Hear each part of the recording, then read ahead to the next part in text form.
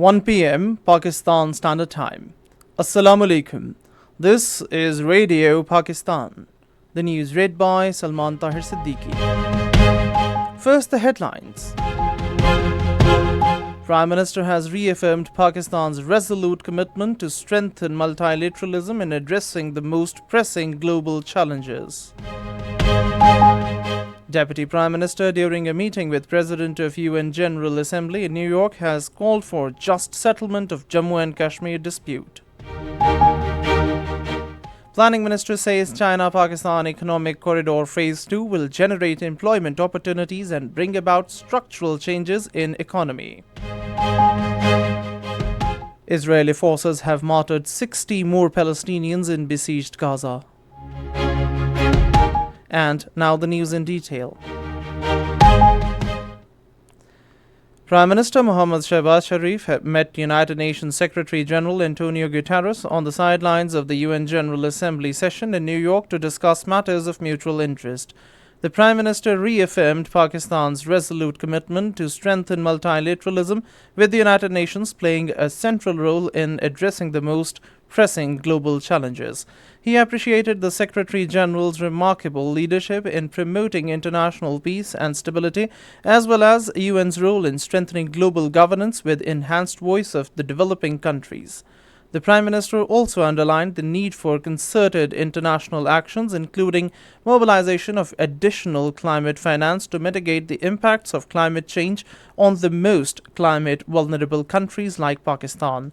He emphasized issues of critical national and regional importance to Pakistan, particularly the Jammu and Kashmir dispute, violation of the Indus Waters Treaty, and externally sponsored terrorism in Pakistan. He urged a just and peaceful settlement of the Jammu and Kashmir dispute in accordance with the resolutions of the Security Council.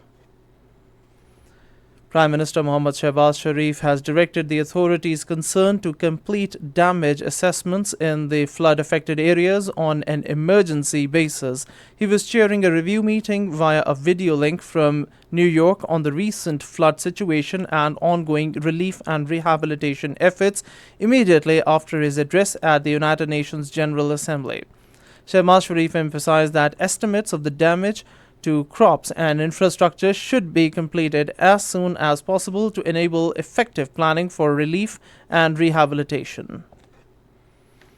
Deputy Prime Minister Mohammad Ishaq Dar met President of the United Nations General Assembly Annalena Baerbock on the sidelines of the UN General Assembly session in New York. They exchanged views on key regional and international issues, including Palestine issue and the urgent need for UN reforms, including United Nations Security Council reforms. Ishaq Dar reaffirmed Pakistan's commitment to regional and global peace and stability and called for the just resolution of the issue of Jammu and Kashmir as per United Nations Security Council resolutions. Minister of Planning and Development Ehsan Iqbal has expressed the confidence that the next 10 years of CPEC Phase 2 will have a transformative impact on the lives of people. Briefing media persons in Beijing after the 14th meeting of Pakistan-China Joint Coordination Committee, he said the CPEC Phase 2, which has formally been launched, will generate employment opportunities and bring about structural changes in Pakistan's economy. Ehsan Iqbal said the second phase of CPEC focuses on modernization of Pakistan's agriculture, expansion of industrial cooperation, and creation of technology partnerships. He said Pakistan will develop strong capability in export sector performance with the Chinese experience. He said both the sides have discussed to create CPEC Future Skills program in IT, robotics, fintech, and biotechnology. In Indian illegally occupied Jammu and Kashmir, curfew and restrictions continued for the fourth consecutive day today in Leh, located in the Ladakh region. According to Kashmir Media Service, the New Delhi imposed Ladakh administration enforced the curfew on Wednesday following violent crackdowns by Indian forces on protesters demanding their rights. Internet services remain suspended in Leh district, while a strict ban on gatherings of 5 or more people is in place in other areas, including the adjoining Kargil district.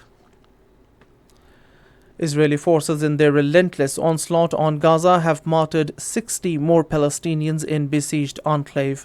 Rescue teams combed through the debris, attempting to save those buried. The martyrdom toll of Palestinians in Israeli aggression on Gaza since October 2023 has risen to over 65,500. Iran has recalled its ambassadors to Germany, France, and the United Kingdom for consultation of a dispute mechanism to reinstate United Nations sanctions. The move comes after a Russian and Chinese push on to delay the revival of the international sanctions on Iran failed at the 15-member United Nations Security Council, opening the door for the imposition of sanctions. And that is the end of the news. For more news and analyses, log on to our website radio.gov.pk and also watch live video streaming of our bulletins on the link facebook.com/Radio Pakistan News Official.